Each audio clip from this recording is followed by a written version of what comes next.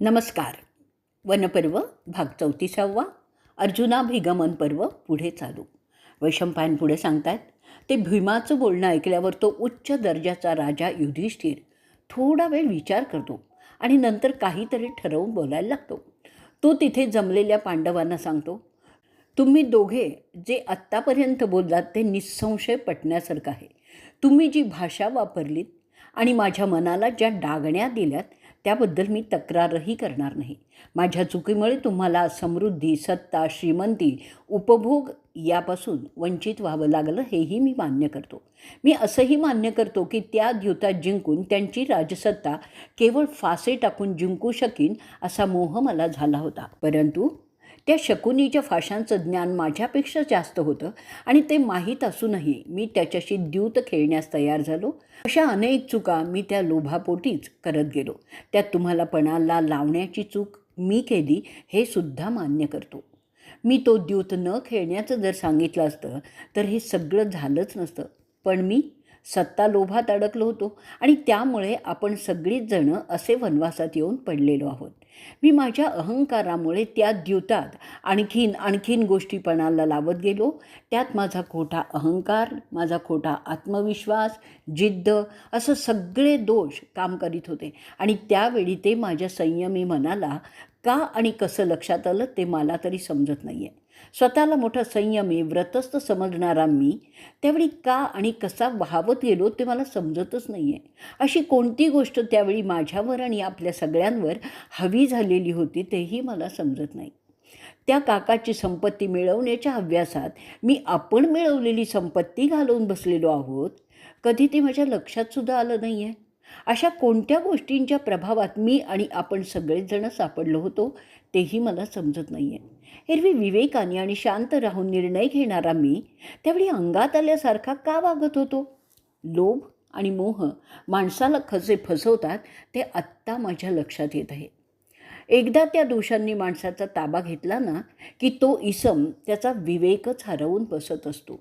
तो कसा बसतो ते मी अतिशय वाईट प्रकारे शिकलेलो आहे. मी पुन्हा पुन्हा मान्य करतो की मी संयमाच्या, विवेकाच्या, तारतम्याच्या गोष्टी करणारा त्यावेळी का हे सगळं शहाणपण विसरलो होतो? जेव्हा आपलं भाग्य बिघडलेलं असताना तेव्हाच असं होतं. बिघडलेलं भाग्य आपलं विवेक, तारतम्य, संयम असे सगळे योग्य दिशेने नेण्यास प्रवृत्त करणारे घटक बधीर करू शकतं.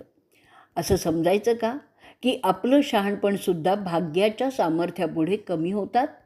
या संदर्भात आणखीन काही गोष्टींचा विचार आपल्याला करावा लागेल.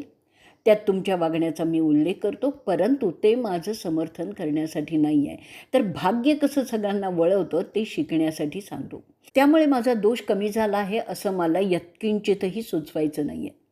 पहिल्या द्यूताच्या वेळी आपली भार्या कृष्णा तिच्या चतुराईने आपल्याला वाचवलं, परंतु मला असं वाटतं की त्यामुळे आपलं बिघडलेलं भाग्य पुन्हाच आपल्यावर उलटलं. मला दुसरा द्यूत खेळण्याची दुर्बुद्धी झाली आणि आपण हस्तिनापुराला आलो. आता असं म्हणावं लागेल की दुर्योधनाचं भाग्य बलवत्तर होतं. पहिल्या द्यूताच्या वेळी तुमच्यापैकी कोणीही मला विरोध केला असता तर मी तो द्यूत खेळलो नसतो. परंतु आपलं दुर्भाग्य त्यावेळी इतकं बलवत्तर होतं की तुमच्यापैकी कोणीही मला थांबायला देखील सांगितलं नाही. त्यामुळे ते नष्टचर्य पुढे चालूच राहिलं. मला सांगा, तुमच्यापैकी एकानेही तो द्यूत थांबवायला मला सांगितलं का नाही? मी भीमाला पणाला लावलं त्यावेळी त्यांनी विरोध का केला नाही? त्यानंतर मी अर्जुनाला लावलं, तो सुद्धा निमूटपणे का तयार झाला? आणि नंतर नकुल, सहदेव यांनीसुद्धा तुमची गती स्वीकारली. असं का झालं? तुम्ही मला का नाही अडवलं? फक्त कृष्णेने विरोध केला तेव्हा तू भीम तिला मदत करायला गेला. त्याला मी माझ्या भ्रष्ट अहंकारामुळे थांबवलं. ते भीमाने का चालू दिलं? जेव्हा दुर्योधनाने आपल्याला आपली वस्त्र काढायला सांगितली तेव्हा मी एखाद्या आज्ञाधारक गुलामासारखे माझे कपडे काढून जमिनीवर फेकले, तेव्हा तुम्हीसुद्धा तसंच करून आपली संमती दाखवली. त्याऐवजी जर तुमच्यापैकी कोणीही विरोध दर्शवला असता तर कदाचित कृष्णाचे कपडे फेडण्याची हिंमत दुःशासनाला झालीच नसती. आपण एखाद्या मंत्राने भारावलेल्यासारखेच आपली विवेकबुद्धी वापरायचं थांबवलं होतं. मग असं का झालं? हे सगळं सांगण्याचा उद्देश तुम्हाला खोट्यात टाकण्याचा नाही आहे, तर मला असं सुचवायचं आहे की आपलं भाग्य बिघडलं होतं. म्हणतात ना, विनाशकाले विपरीत बुद्धी, तसंच होत होतं. एवढंच नाही तर आपले वडीलधारे भीष्म, द्रोण, कृप तिथे सगळे मख्खपणे का बघत राहिले? त्यांच्यापैकी कोणीही आक्षेप घेतला असता तर ते काहीही झालं नसतं. नंतर आपण कृष्णेच्या चतुराईने सुटलो, परंतु धृतराष्ट्रांनी मला पुन्हा द्यूत खेळण्यासाठी बोलवलं. तेव्हा देखील तुमच्यापैकी कोणीही न जाण्याचं सुचवलं नाही. जर तुम्ही मला विरोध केला असता तर कदाचित आपण हस्तिनापुरी गेलोच नसतो. पण तसंही झालं नाही. म्हणून मी असं समजतो की आता त्यावर मला एकट्याला दोष देऊन काहीही साध्य होणार नाही. आपल्या सगळ्यांचंच भाग्य बिघडलेलं आहे, किंवा ह्या सगळ्यांमध्ये काहीतरी विधी संकेत असावा जो आपल्याला समजून घेतला पाहिजे. शेवटी दुर्योधनाने वनवासाच्या अटी घातल्या, त्यात माझ्याबरोबर तुम्हा चौघांनासुद्धा घेतलं. त्यावेळी तुमच्यापैकी कोणीतरी एकाने तरी अटीला त्या विरोध केला का? नाही केलात. आता बोलून काय उपयोग आहे? जेव्हा एकदा करार होतो तेव्हा मान्यता अमान्यता व्यक्त करायची असते. परंतु तुम्ही फक्त बघ्याची भूमिका घेतलीत आणि तसेच राहिलात. का तसे तुम्ही वागलात? तुम्ही सांगू शकला असतात की द्यूत युधिष्ठिर हरला आहे, तेव्हा फक्त तोच जाईल. पण तुम्ही असं केलं नाही आणि मुकाटपणे सगळ्या अटी मान्य करत गेलात. असं का झालं? माझं दुर्भाग्य असं की माझी मती पुन्हा त्या मोहात अडकली होती. मला वाटत होतं की वनवासाच्या काळात ब्राह्मणांसारखं जीवन जगेन, जे माझं स्वप्न आहे. म्हणून मी ती अट मान्य केली. परंतु तुमची ती इच्छा नसताना तुम्ही का त्यात सामील झालात? मी मात्र त्या मोहात अडकून खोट्या अभिलाषाने ते सगळं मान्य केलं. त्यावेळी तू माझे हात जाळून टाकण्याची गोष्ट केली होतीस की. ज्या हाताने मी द्यूत खेळलो ते नष्ट करावं, परंतु त्याला अर्जुनाने विरोध केला आणि तो दुसरा द्यूत खेळला गेला. तू फक्त तुझे हात चोळत बसलास. आता विचार अर्जुनाला, त्यांनी तुला हात जाळण्यापासून का परावृत्त केलं? ह्या सगळ्या घटनांच्या मागे आपलं दुर्भाग्यच कारणीभूत आहे असं मला वाटतं. त्या प्रसंगात जे काही घडत होतं ते का झालं त्याचं दुसरं कोणतंही उत्तर पटण्यासारखं मला तरी मिळत नाही आहे. एक कृष्णा सोडून बाकी आपण सगळे मतिमंदच झालो होतो. जणू काय काही मंत्राने आपण भारावलेलं होतो. असं तेव्हाच होतं शहाण्या लोकांच्या बाबत, जेव्हा त्यांचं भाग्य बिघडलेलं असतं. द्रौपदीला तू छळत असताना आपण असे कसे बधीर झाल्यासारखे तिथे तो अन्याय पाहत बसलो होतो. मी मान्य करतो की जे काही मी आपल्या सर्वांच्या वतीने तिथे मान्य केलं ते सगळं अयोग्य होतं. पण मी त्यातून आता बाहेर येऊ शकणार नाही, कारण तो एका राजाचा शब्द होता आणि तो मला पाळावाच लागेल. सर्व दोष माझ्यावर घेऊन मी हे सांगत आहे. जर तुम्हाला मला सोडून जायचं असेल तर त्याला माझी हरकत नाही, कारण मी माझी चूक मान्य करतो. ह्या उपर मला काही सांगायचं नाही आहे. तुम्ही मला जी सजा करायची असेल ती करू शकता, पण मी हे वनवासाचं आणि त्यानंतरचं अज्ञातवासाचं वचन मोडू शकणार नाही. त्या उपर तुम्हाला जे योग्य वाटेल ते तुमच्या वतीने तुम्हाला करण्याचा माझा विरोध नसेल. वचन मोडणाऱ्याला स्वर्गात जागा मिळत नाही, त्याच्यावर विधाता विश्वास करत नाही. मी चुकीचं वचन दिलं तरी ते मला बंधनकारक राहणार आहे. जर तुम्ही ते मोडलं तरी चालेल, कारण तुम्ही तुमच्या तोंडाने ते वचन दिलेलं नाही आहे. तुम्ही त्याचा सन्मान करता, कारण तुमच्या ज्येष्ठ भावाने ते दिलेलं आहे. त्यामुळे ते वचन तुम्हाला बंधनकारक ठरत नाही. पुढे हात जोडून तो पंडुपुत्र त्याच्या 4 भावांना सांगतो, आजपासून ह्यापुढे तुमच्यावर माझा ज्येष्ठ बंधू म्हणून अधिकार नसेल. आणि नंतर द्रौपदीकडे पाहून तो अजातशत्रू तिला म्हणतो, माझे आई, आजपासून तू सुद्धा माझ्या आज्ञेत राहण्याची आवश्यकता नाही. मी तुम्हा सगळ्यांना तुमच्या माझ्याशी असलेल्या नात्याच्या बंधनातून मुक्त करत आहे. तुमच्यावर मी अन्याय केला आहे असं जर तुम्हाला वाटत असेल तर मला शिक्षा द्या, मी ती स्वीकारेन. एवढं बोलून युधिष्ठिर गप्प झाला. ते ऐकून पांडव आणि कृष्णा अचंबित होतात. अशा रीतीने वनवास पर्वातील अर्जुनाभिगमन पर्वाचा 34वा भाग इथे संपलेला आहे. वनवास पर्व भाग 35वा, अर्जुनाभिगमन पर्व पुढे चालू. ते ऐकल्यावर भीम त्याला म्हणतो, अरे भावा, हे काय तू वेळ लागल्यासारखं बरळत आहेस? तू तुझ्या मनाचं तोल घालवून बसला आहेस की काय? तू जे वचन दिलं आहेस त्यात तू मोठा काळ अडकवलेला आहेस, याचं तुला भान आहे का? गेलेला काळ परत येत नाही, तो अखेरीस मृत्यूच दाखवतो. आपलं आयुष्य क्षणाक्षणाने कमी होत आहे. त्यातील प्रत्येक क्षण वापरण्यासाठी आपण तयार असलंच पाहिजे. कोणाला माहिती आहे आपलं आयुष्य किती आहे ते? ज्याला त्याचा अंदाज असेल तोच आपला समय व्यर्थ घालवू शकतो. शरीराला मरण आहे, त्याआधी आपल्याला सगळ्या आपल्या आकांक्षा पूर्ण करायच्या असतात. म्हणूनच आपण आपलं राज्य लवकरात लवकर पुन्हा मिळवलं पाहिजे. वचन वगैरे शाब्दिक गोष्टींचं महत्त्व आपण वाढवतो, त्याला काळाचा विचार नसतो. एक दिवस आपला मृत्यू निश्चित आहे, त्याआधी ते राज्य आपण मिळवलं पाहिजे. नाहीतर असं निरर्थक झेणं व्यर्थच आहे. आपण पृथ्वीवर केवळ भार बनून राहणं मला तरी मंजूर नाही आहे. ज्यांच्याकडे हिंमत नाही त्यांना माझं म्हणणं कदाचित समजणार नाही, पण ज्यांच्याकडे हिंमत, शौर्य, धाडस आणि धमक आहे, असा मनुष्य कधीही असा लाचारपणे केवळ वचनाचा बाऊ करून जगू शकणार नाही. आपल्या सामर्थ्याचा उपयोग करून तो शत्रूचा नाश करून संपत्ती, वैभव संपादन करतो. आपल्या हाताने ती श्रीमंती तो मिळवतो. आपल्याला त्रास देणाऱ्याला यमाकडे धाडणं हा खऱ्या क्षत्रियाचा धर्म आणि स्वभाव असतो.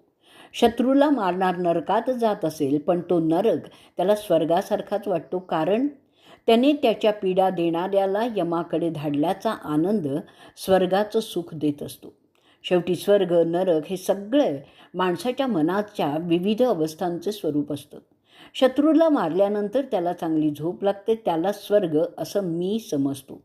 हा विभत्सू बघा, पृथाचा पुत्र महान तिरंदाज, त्याच्या आत्म्याला किती पीडा होत आहे त्याची तुला कल्पना येणार नाही, कारण तू बेहिंमत आहेस. हिंमतवानाची पीडा तुला कशी कळणार रे? कैदेत अडकलेल्या सिंहासारखी त्याची गत झाली आहे. त्याचप्रमाणे तो नकुल बघ, तो सहदेव बघ, दोघंही संकोचाने गप्प झाले आहेत, कारण काहीही कारण नसताना ते तुझ्या मूर्खपणाचे बळी झालेले आहेत. ते त्यांचे विचार कधी सांगताना आपण पाहिलं आहे का? त्यांना काय वाटतं त्याचा तू कधी विचार केला आहेस का? सगळ्यात लहान असणं हा काय त्यांचा गुन्हा आहे, आणि सगळ्यात मोठा झाला हा काय तुझा गुण समजायचं की काय? तुझी मनमानी आम्ही सदैव चालू दिली, ह्याचा अर्थ आम्हाला काही मतं, आम्हाला काही विचार नाहीत असं तू समज करून घेतलास, तीच तुझी फार मोठी चूक झाली आहे. काहीही निर्णय घेताना आपल्या भावांना काय वाटतंय त्याचा विचार करावा असं तुझ्या मनात कधीतरी आलं का? मी आणि प्रतिविंध्याची माता एवढेच तुला समज देत असतो आणि आमच्या भावना व्यक्त करीत असतो. तरी मला माहीत आहे की मी जे हे बोलतोय त्याच्याशी हे सगळे एकमत आहेत. जेव्हा आम्ही लढण्यास तयार आहोत तेव्हा तू वचनबद्धतेच्या फालतू गोष्टी करत आहेस. तुला अक्कल आहे का रे? तू काय बोलतो आहेस त्याची तुला कल्पना आहे का? तू आमचा पुढारी आहेस म्हणजे तुला आमचंसुद्धा ऐकून घ्यावंच लागेल. तू आम्हाला तुझी मालमत्ता ठरवण्या इतपत नीच झाला होतास, त्याचा तुला विसर पडला आहे का? आमच्या प्रेमाचा इतका मोठा अपमान दुसरा कोणता असू शकतो? यापुढे तुझी मनमानी चालणार नाही. मला विशेष त्रास याचा होतो की आमचे राज्य एका फालतू जुगारड्याने बिन पैशाने आमच्याकडून काढून घ्यावं आणि आम्हाला वनवासात पाठवावं. का तर आम्ही आमच्या ज्येष्ठ भावावर प्रेम करतो. तू आमचा विश्वासघात करून त्याउलट आम्हालाच विचारतोस की आम्ही त्यावेळी तुला का अडवलं नाही म्हणून. तुझं वागणं अक्षम्यच होतं. पुढाऱ्यावर सैन्य अवलंबून असतं, त्यात त्या सैन्याचा दोष असतो का? जर पुढारी सैनिकांना बोलायला लागला की तुम्ही मला का नाही अडवलं, तर ते किती बेशरमपणाचं होतं याची तुला कल्पना आहे का? आधी सगळी मनमानी करायची आणि नंतर अंगाशी आलं की असले फालतू मुद्दे उपस्थित करावे. यात कोणतं आलं आहे शहाणपण? पुढाऱ्याने नेहमीच जबाबदारीने विचार करून सगळं ठरवायचं असतं, हे तुला सांगावं लागतं का? आणि त्यावर कुरघोडी तू अशी करतोस की आम्हाला दोष देतोस. आम्ही का नाही त्यावेळी आक्षेप घेतला आणि आता आम्ही बोलतोय ते व्यर्थ आहे असाच सारखे सारवासारवीचं तू सांगतोयस. तुला तुझ्या जबाबदारीची जाणीव नाही असं आम्ही समजायचं का? तुझं तत्त्वज्ञान असं आहे की वेदाचा पडतमूर्ख असावास. वेद न समजता तू त्यातील तत्वांचे पालन करण्याच्या गोष्टी करतोयस. त्यामुळे जे सावध नाही ते जरूर फसतील, पण जे तत्त्व जाणतात ते तुझ्या बोलण्याने फसणार नाहीत. तुला जर ब्राह्मणांची नक्कल करायची आहे तर तू राज्यगादीवर का बसलास? जो खऱ्या अर्थाने ब्राह्मण प्रवृत्तीचा असतो तो राज्यगादीचाच त्याग करतो. अशी कित्येक उदाहरणं आहेत. तुला राज्यगादी पाहिजे, सम्राट म्हणवून घ्यायला पाहिजे, ब्राह्मणात बसून मिरवायला पाहिजे, भावांच्या कमाईवर मजा करायला पाहिजे. मग तू नेमका कोण आहेस ते तरी तुला माहीत आहे का? तू मनूनी राजा करता जे नियम दिलेले आहेत ते तू जाणतोस. त्याचप्रमाणे राजा देव आणि दानव अशा दोघांना घेऊन त्याचं राज्य चालवत असतो. तो ब्राह्मणासारखा असू शकत नाही. तो पाताळयंत्रीच असावा लागतो. तुझं खरं रूप तुला लपवता येत नाही, ते उघड झालेलं आहे. अरे युधिष्ठिरा, तू एक अव्वल दर्जाचा पाखंडी आहेस. तू आता लपू शकत नाहीस. आपण कोणीही आता लपू शकत नाही. त्यामुळे अज्ञातवासाच्या नियमांचं पालन आपल्याला कधीच करता येणार नाही. म्हणजे आपण सापडणार. म्हणजेच पुन्हा 12 वर्ष वनवास आणि 1 वर्ष अज्ञातवास. मला सांग, ह्यातच आपलं सगळं आयुष्य वाया घालवायचं का? ते सुद्धा तुझ्या त्या मोहामुळे, त्या लोभामुळे. ह्या अटींचा अर्थ तुला समजतोय का? आणि तू म्हणतोस तो काळ संपला की ते आपल्याला आपलं राज्य सुखासुखी परत करतील. अरे युधिष्ठिरा, तू भोळसट नाही आहेस तर पराकोटीचा मूर्ख आणि पाखंडी आहेस. राजा बनण्याच्या लायकीचा तू नाहीच आहेस. दुसरं असं की आपण जेव्हा राजसूय यज्ञ केला तेव्हा आम्ही म्हणजे मी, अर्जुन, नकुल आणि सहदेव अशा सर्वांनी बऱ्याच राजांचा पाडाव केलेला आहे. त्याची तुला कल्पना येणार नाही, कारण तू कुठे गेलाच नव्हतास. तुला सगळं ऐकतं मिळत होतं. म्हणून जे सांगतो ते तू ऐक. ते सगळे राजे आज कौरवांना मिळालेले आहेत. त्यांचे गुप्तहेर आपल्यावर पाळत ठेवणार. त्यामुळे अज्ञातवासात राहणं वाटतं तितकं सोपं नाही आहे. म्हणून मी एक योजना सांगतो, ती आपण अंमलात आणू. आपण आज 13 महिने वनवासात काढले आहेत. त्यांना 13 वर्ष समज. शहाणे सांगतात 1 महिना 1 वर्षासारखा समजता येतो. जसं एखादं रोप त्या झाडाच्या वृक्षासारखं समजता येतं. त्यानंतर आपण युद्ध करून कौरवांचा नाश करून राज्य मिळवल्यावर ब्राह्मणांना दान करून वचनभंगाचं प्रायश्चित्त करू शकतो. आपल्याला इथे असं बरेच इलाज आहेत. त्या मार्गाने आपण तू समजतो त्या पापातून मुक्त होऊ शकतो. आणि म्हणून तू आमचा राजा म्हणून युद्धाचा निर्णय घेऊन ज्या चुका आमच्याबद्दल केलेल्या आहेत त्याचंसुद्धा निवारण होऊन तू त्या ऋणातूनही मुक्त होऊ शकतोस. असं समज, हीच तुला शिक्षा आहे. अशा रीतीने वनवास पर्वातील अर्जुनाभिगमन पर्वाचा 35वा भाग इथे संपलेला आहे. वनवास पर्व भाग 36वा अर्जुनाभिगमन पर्व पुढे चालू. वैशंपायन पुढे सांगतायत, भीमाचं ते वक्तव्य ऐकल्यानंतर युधिष्ठिर एक मोठा श्वास घेतो आणि उसासा टाकतो. थोडा वेळ तो काहीच बोलत नाही आणि त्यानंतर आपलं अवसान सांभाळत तो स्वगत बोलतो, मी मनूची राजासाठीच्या आज्ञा ऐकलेल्या आहेत. त्याचप्रमाणे इतर वर्णाच्या लोकांची कर्तव्यसुद्धा समजलेलो आहे.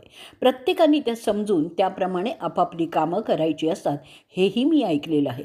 त्यामुळे त्यांचं ह्या आणि नंतरच्या जीवनात त्याला संतोष मिळतो हे सुद्धा मी ऐकलेलं आहे. मलासुद्धा त्याच मार्गाने जायला पाहिजे, पण ते सोपं नाही आहे. मी ते सगळं कसं साध्य करणार? माझ्यात ते करण्याची हिंमत नाही आहे. असा विचार करून नंतर काहीतरी ठरवून तो भीमाला सांगतो, अरे वृकोदरा, तू म्हणतोस ते योग्य आहे, परंतु माझं हे ऐक मध्ये न बोलता. क्षत्रियांना बरीच नकारात्मक कामं करावी लागतात. त्यांच्या कामाच्या काळात त्यामुळे दुःख उत्पन्न होत असतं. तरीसुद्धा ते नियोजित जे आहे आणि ज्यासाठी सगळी तयारी पूर्ण आहे ते खात्रीनेच यशस्वी होतं. देवसुद्धा अशा नियोजनाला साथ देतात. आता ऐक, तुझ्या हट्टामुळे जे आपण करणार त्याचे परिणाम काय होणार आहेत ते. भूरिश्रव, साल, जलसंध, भीष्म, द्रोण, कर्ण, द्रोणाचार्यांचा पुत्र अश्वत्थामा, धृतराष्ट्राची सगळी मुलं हे सगळे एकत्र आहेत. त्यांना हरवणं फार अवघड दिसतं. हे सगळे शस्त्राच्या वापरात निष्णात आहे. त्याशिवाय तुम्ही ज्या राजांना तुमच्या आघाड्यात दुखवलेलं आहे ते सगळे त्यांना मिळाले असणार. ते आपल्या विरुद्ध दुर्योधनालाच मदत करणार. ते सगळे आपल्या विरुद्ध लढणार आहेत हे लक्षात घे. त्यांचा खजिना पूर्णपणे भरलेला आहे. ते त्यांची पूर्ण ताकद वापरून लढणार आहेत. कौरवांच्या आणि इंद्रप्रस्थाच्या सगळ्या उच्च अधिकाऱ्यांना उत्तम बक्षिसं देऊन दुर्योधनाने त्याच्या बाजूला केलेलं आहे. त्यामुळे सच्च्या क्षत्रियाप्रमाणे ते सगळे लढाईत दुर्योधनासाठी त्यांचे प्राण देण्यास तयार होतील. जरी भीष्म, द्रोण आणि कृपाचार्य यांना आपण आणि कौरव समसमान असले तरी राजाच्या आज्ञेने त्यांना लढाईत धृतराष्ट्राच्या बाजूने उतरावं लागणार आहे हेही निश्चित आहे. आणि एकदा युद्धात उतरले की मग ते आपल्यावर हल्ला करण्यात मागे राहणार नाहीत, कारण ते सच्चे क्षत्रिय आहेत. त्यांना हरवणं देवांनासुद्धा शक्य नाही हे तू जाणतोसच. त्यांच्या जोडीला तो शक्तिमान योद्धा कर्ण आहे. त्याचा तुझ्यावरील राग तू जाणतोसच. त्याच्या चिलखतामुळे तू सदैव अजिंक्यच राहणार आहे. त्या सगळ्यांना हरवल्यानंतर तू दुर्योधनापर्यंत पोचशील. ह्या वास्तविक परिस्थितीचा अंदाज घेतला तर असं युद्ध किती भारी आहे हे आपल्याला ते तू लक्षात घे. उगीचच उतावीळ होऊ नकोस. वैशंपायन पुढे सांगतायत, ते युधिष्ठिराचं ऐकून भीम सावध झाला. त्याने इतक्या खोलात जाऊन विचार केलाच नव्हता. तो स्वतःच्या सामर्थ्यावर जरा जास्तच भरोसा करत होता ते समजतो. मही थोडा वेळ गप्प झाला. ते पांडव अशा रीतीने या विषयावर बोलत असताना तिथे त्यांचे आजोबा कृष्णद्वयपान व्यासमुनी, सत्यवतीचा पुत्र उपस्थित झाले. त्यांच्या आगमनाने ते दोघेही पंडुपुत्र उभे राहतात आणि त्यांचं रिवाजानुसार स्वागत करतात. व्यास बोलण्यात चतुर असं युधिष्ठिराला म्हणतात. अरे युधिष्ठिरा, माझ्या दिव्य दृष्टीने तुझ्या मनात काय शिस्त आहे ते मी पाहिलं, म्हणून मी इथे आलो. तुझ्या मनात जी भीती तुझ्या कमकुवत प्रवृत्तीमुळे उत्पन्न झालेली आहे त्या योद्ध्यांबद्दल ती व्यर्थ आहे, कारण मी शास्त्रात दिलेल्या तरतुदीनुसार ती भीती काढून टाकत आहे. ते संपन्न झाल्यानंतर अरे राजा, तू निश्चिंत हो.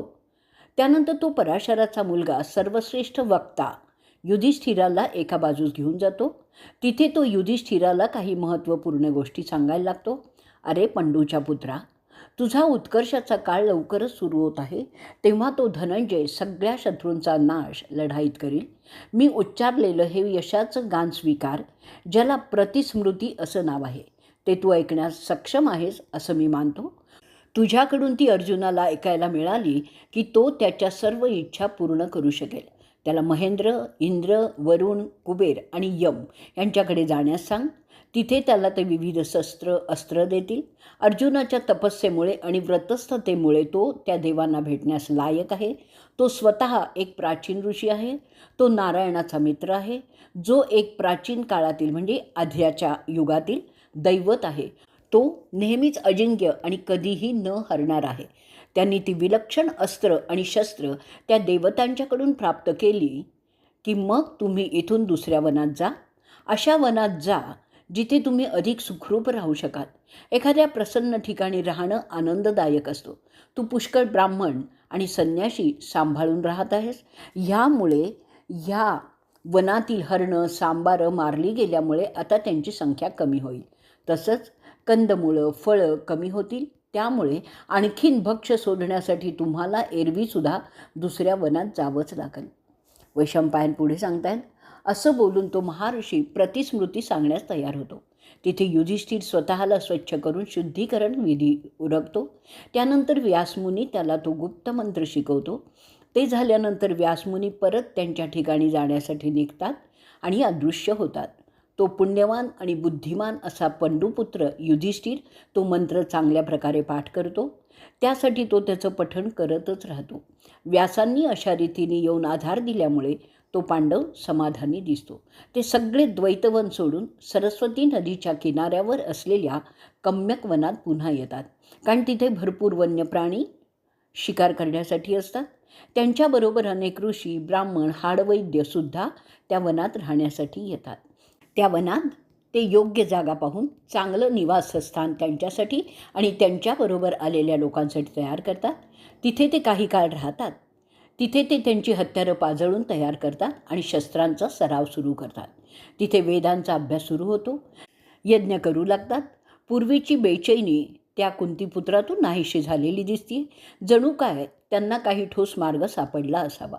त्यांच्या मोठ्या भावात आणि भीमात आणि कृष्णेत होणारे वाद बंद झालेले असतात. ते गुण्या गोविंदाने तिथे राहताना आढळतात. ते नित्य नेमाने शिकारीला जायला लागतात. ब्राह्मण फळं आणि कंदमुळं जमा करत असतात. त्यांच्याकडून पितरांची, देवांची आणि ब्राह्मणांच्या पूजा नित्यनेमाने होऊ लागतात. अशा रीतीने वनपर्वातील अर्जुनाभिगमन पर्वाचा 36वा भाग इथे संपलेला आहे. वनपर्व भाग 37वा. अर्जुनाभिगमन पर्व पुढे चालू. वैशंपायन सांगत असतात की काही काळानंतर युधिष्ठिर व्यासमुनींनी सांगितल्याप्रमाणे अर्जुनाला बोलवतो. त्याचा हात प्रेमाने स्वतःच्या हातात घेऊन त्याला एकांतात सांगतो की अरे धनंजया, भीष्म सगळं शस्त्राचं ज्ञान जाणतात. त्याचप्रमाणे इतर योद्धे जे दुर्योधनाचे मिंदे झालेले आहेत, त्यात द्रोण, कृप, अश्वत्थामा, कर्ण आहेत. त्यांना सगळी विनाशक साधनं अवगत आहेत. त्यांना मानवी आणि मायावी अस्त्रही अवगत आहेत. ते त्या विनाशकारी आयुधांचा उपयोग कसा करावा, त्यांना कसं परतवायचं ते सुद्धा जाणतात. असे सगळे दुर्योधनाचे मिंधे झालेले आहेत आणि दुर्योधनसुद्धा त्यांना मोठ्या चतुराईने सांभाळत आहे. त्यांना तो मोठमोठ्या भेटी देतो आणि विशेष कृपासुद्धा दाखवतो. त्यामुळे जेव्हा आपल्याला त्यांच्याशी 2 हात करावे लागतील तेव्हा ते सर्व त्या कौरवालाच मिळतील. त्याशिवाय सगळी पृथ्वीसुद्धा तूर्त दुर्योधनाच्या ताब्यात आहे. अशा परिस्थितीत तू एक असा आहेस ज्याच्या सामर्थ्यावर मी विसंबून राहू शकतो. त्यासाठी तू काय करावं ते मी तुला सांगतो, ते नीटपणे ऐक. मला आपले आजोबा भेटले होते. द्वैतवनात जेव्हा मी आणि भीम प्राप्त परिस्थितीवर काय करावं त्याबद्दल बोलत होतो. त्यांनी मला एक मंत्र दिला आहे आणि त्याचं नाव आहे प्रतिस्मृती. ते बोलले तो मंत्र मला दिल्यानंतर की तो मंत्र मी तुला द्यायचा आहे. तो वापरून तू आयुधांचं सगळं विज्ञान समजू शकशील. ती प्रतिस्मृती तू माझ्याकडून शिकावी असं सांगितलं आहे आणि म्हणून त्यांनी ती प्रथम मला शिकवली आहे. मी आता तुला ती शिकवणार आहे. ते शिकल्यामुळे तू स्वर्गीय घोर तपस्या करण्यासाठी योग्य होशील. हातात तुझी शस्त्र घेऊन आणि अंगात चिलखत घालून तू ते शिकण्यासाठी सज्ज हो. त्यानंतर तुला कठोर व्रतस्थता आचरावी लागेल हे लक्षात ठेव. जसा तू उत्तर दिशेकडे जाशील तू तो प्रवास गुप्तपणे करशील. एक लक्षात ठेव, सगळी जी आयुधं आहेत ती इंद्राच्या ताब्यात आहेत. सगळ्या देवांनी वृत्राला भिवून ती आयुध शक्ती इंद्राला दिली, जेणेकरून तो म्हणजे इंद्र वृत्राशी लढू शकेल. ती आता तुला त्याच्याकडून मिळवायची आहे. म्हणजे कौरवांशी तुम्ही यशस्वीपणे लढू शकाल. ह्या प्रतिस्मृतीच्या प्रभावामुळे शक्र म्हणजेच इंद्र तुला ती सगळी विद्या प्रदान करील. आत्ताच तुझी आयुधं घेऊन इंद्राला भेटण्यासाठी तू निघ. वैशंपायन पुढे सांगतायत. असं सांगितल्यानंतर अर्जुनाला ती प्रतिस्मृती तो शिकवतो. त्यानंतर नव्याने व्रतस्थ झालेला धनंजय त्याचं आवडतं गांडीव धनुष्य हातात घेऊन, ते न संपणारे भाते मागे बांधून, चिलखत नेसून तयार झालेला योद्धा ब्राह्मणांच्याकडून शुभेच्छा आशीर्वाद घेऊन त्या कम्यक वनातून उत्तर दिशेने हिमालयात जाण्यासाठी निघतो. त्याचा आता एकच उद्देश असतो, इंद्राला भेटायचं. अर्जुन मोठा श्वास घेऊन धृतराष्ट्राच्या मुलांचा नाश करण्याची प्रतिज्ञा घेतो. त्याला अशा रीतीने आणि तयारीने जाताना पाहून तिथे उपस्थित असलेले ब्राह्मण, सिद्ध, अदृश्य शक्ती त्याला बोलतात, अरे कुंतीच्या मुला, तुला जे पाहिजे ते लवकर मिळेल. तुझा उद्देश सफळ होईल. मोठा विजय तुझी वाट पाहत आहे. त्या उमद्या शूरवीराला जाताना त्याची पत्नी त्याला बोलते, तुझ्या आईच्या सगळ्या इच्छा ज्या तिने तुझ्या जन्माच्या वेळी मनात धरल्या त्या सगळ्या पूर्ण होत. म्हणते, माझा त्या सभेत जो अपमान झाला त्याचं उट्ट तू काढशील यात मला शंका नाही. परंतु तुझं जाणं आम्हा सगळ्यांना फारच असह्य होणार आहे. तुझ्या गैरहजेरीत आम्ही सगळे तुझ्या वीरगाथा गात असू. माझा अपमान झाल्यामुळे जे दुःख मला झालं त्यापेक्षाही जास्त दुःख मला तुमच्या जाण्याने होत आहे. तुम्ही दूर असताना मला कोणतीही गोष्ट आनंद देऊ शकणार नाही. माझ्या जीवनात काही अर्थ उरणार नाही. आमचं सुख, आमचं वैभव, आमचे आनंद सगळे तुमच्याबरोबर असू शकतात. कृष्णा, पुढे तेही प्रार्थना करते की तुम्हाला यश मिळो. कितीही मोठा शत्रू आला तरी त्याला तू मारू शकशील. तुझ्या कामात कोणतंही विघ्न येऊ नये. धात्री आणि विधात्री दोघीही तुझ्यावर प्रसन्न होऊ देत. ह्रीं, कीर्ती, धृती, पुष्टी, उमा, लक्ष्मी, सरस्वती सगळ्या तुमचं संरक्षण करोत. मी वसूंना पूजते, रुद्रांना पूजते, आदित्यांना पूजते, मरुतांना पूजते, विश्वदेवाला पूजते, साध्यांना पूजते, ज्याने समृद्धी आम्हाला मिळो. आकाशातील सगळ्या अदृश्य नकारात्मक शक्ती तुझं संरक्षण करत, तुला मदतही करत. कोणी जवळचा माणूस जेव्हा काही कामानिमित्त फार दूर जातो तेव्हा त्याच्या भल्यासाठी अशी प्रार्थना करण्याचा प्रघात आहे. त्यातील ज्या दैवतांचा उल्लेख आहे त्या माणसाचं भाग्य ठरवत असतात असा समज आहे. अशी प्रार्थना मी करते. अशी प्रार्थना द्रौपदी करते. वैशंपायन पुढे सांगतात की अशा रीतीने कृष्णा आपल्या पतीसाठी विधात्याकडे प्रार्थना केल्यावर गप्प होते. तिला त्याचं जाणं असह्य झालेलं असतं. त्यानंतर तो महायोद्धा आपल्या सगळ्या भावांना एक प्रदक्षिणा घालतो. त्यानंतर तो राजगुरू धौम्य ऋषींना एक प्रदक्षिणा घालतो. त्यानंतर आपली आयुध घेऊन तो प्रवासास निघतो. सगळे प्राणी त्याच्या वाटेतून बाजूला झाले, कारण तो आता इंद्राला भेटण्यास जात असतो. त्यानंतर तो शत्रुघ्न अनेक डोंगर पार करून अखेरीस हिमालयाला पोचतो, जिथे देव राहतात. त्यानंतर तो उच्चात्मा त्या पवित्र पर्वतावर पोचतो. तो मनाच्या वेगाने प्रवास करीत असतो. केवळ त्याच्या वैराग्यपूर्ण व्रतस्थ जीवनामुळे ते त्याला शक्य होत होतं. त्यानंतर हिमालय किंवा हिमावत ओलांडून गंधमदनातून तो पुढे अनेक उंच सखल पर्वतराशी ओलांडून रात्रंदिवस प्रवास पायी करत न थकता इंद्रकिला इथे पोचतो. तिथे तो थोडासा समय विश्रांती घेतो. तिथे तो पडला असताना त्याला एक आवाज ऐकू येतो. ती आकाशवाणी होती. थांब. ते ऐकल्यानंतर तो कुंतीपुत्र चमकून आजूबाजूला पाहतो. अर्जुन सव्यसाची म्हणजे दोन्ही हातांनी काम करू शकणारा तो तयारीने पाहतो. त्याला दूर एका वृक्षांच्या सावलीत एक बैरागी उभा असलेला दिसतो. त्याचं तेज विलक्षण होतं. सावळ्या वर्णाचा, जटा वाढलेला, कृश तब्येतीचा त्याच्याकडे पाहत असतो. अर्जुन तिथे थांबलेला आहे असं पाहून त्याला तो बोलतो, तू कोण आहेस मुला? इथे धनुष्य आणि बाण का घेऊन आला आहेस? तुझ्या अंगावर युद्धाच्या तयारीचंच वस्त्र आहे. तू क्षत्रिय वाटतोयस. या ठिकाणी अशा शस्त्रांची गरज नाही आहे. हे शांतपणे राहणाऱ्या वैराग्यपूर्ण आणि व्रतस्थ अशा ब्राह्मणांचं स्थान आहे. इथे क्रोध आणि आनंद दोन्हीही नसतात, म्हणून इथे या आयुधांचा उपयोग नसतो. इथे वाद होत नाही. म्हणून अरे मुला, ती शस्त्र तू फेकून दे. इथे आल्यामुळे तुला शुद्ध सात्विक शांतता प्राप्त होत आहे. अरे मर्दा, तुझ्यासारखा धाडशी आणि हिंमतवान पुरुषच नसेल. तो ब्रह्मज्ञानी अर्जुनाला पुन्हा पुन्हा तसं सुहास्यपूर्ण चेहऱ्याने सांगत होता. त्याचे उद्गार ऐकूनही अर्जुन त्याची आयुध टाकून देत नाही. ते पाहून तो अवतारी पुरुष स्मित करत अर्जुनाला म्हणतो, अरे शत्रुघ्ना, तुझं कल्याण हो. तुला कोणता वर पाहिजे ते सांग. मी शक्र. तुला जो पाहिजे तो वर द्यायला मी तयार आहे. त्या सहस्त्र नेत्री इंद्राला लावून धनंजय वंदन करतो आणि सांगतो, मला जे पाहिजे ते द्या, की मी तुमच्याकडील सगळी शस्त्रविद्या शिकू इच्छितो. मी त्या एकाच उद्देशाने इथवर तुमच्यापाशी आलेलो आहे. मला तो वर तुम्ही द्या. ते ऐकल्यावर तो शक्र सुहास्यवदनाने म्हणतो, अरे धनंजया, आता तू इथे पोचलाच आहेस तेव्हा तुला त्या विद्येची गरजच उरत नाही. तू आधीच शुद्ध अवस्थेत गेलेला आहेस. ते ऐकल्यावर अर्जुन शक्राला सांगतो, मला ती शुद्ध अवस्था तूर्त नको आहे. मला स्वर्गीय सुख नको आहे. मला आनंदमय अवस्था नको आहे. या आनंदमय अवस्थेच्या गोष्टीत काहीही तथ्य नसतं. मला सगळ्या देवांचं वैभवसुद्धा नको आहे. मी माझ्या भावांना जंगलात सोडून आलेलो आहे. आम्हाला आमच्या वैऱ्यांचा बंदोबस्त करायचा आहे. जर आम्ही ते केलं नाही तर आमची सगळ्या जगात नाचक्की होणार आहे. त्यासाठी मला तुमची विद्याच पाहिजे.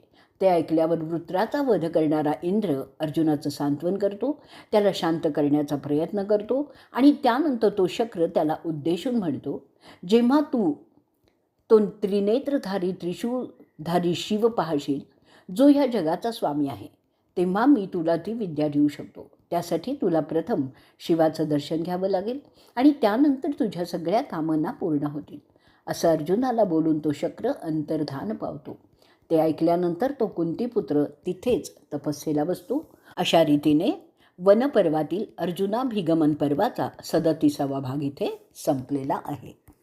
ह्याबरोबरच महाभारतातील वनपर्वाचा पहिला खंडही इथे संपलेला आहे.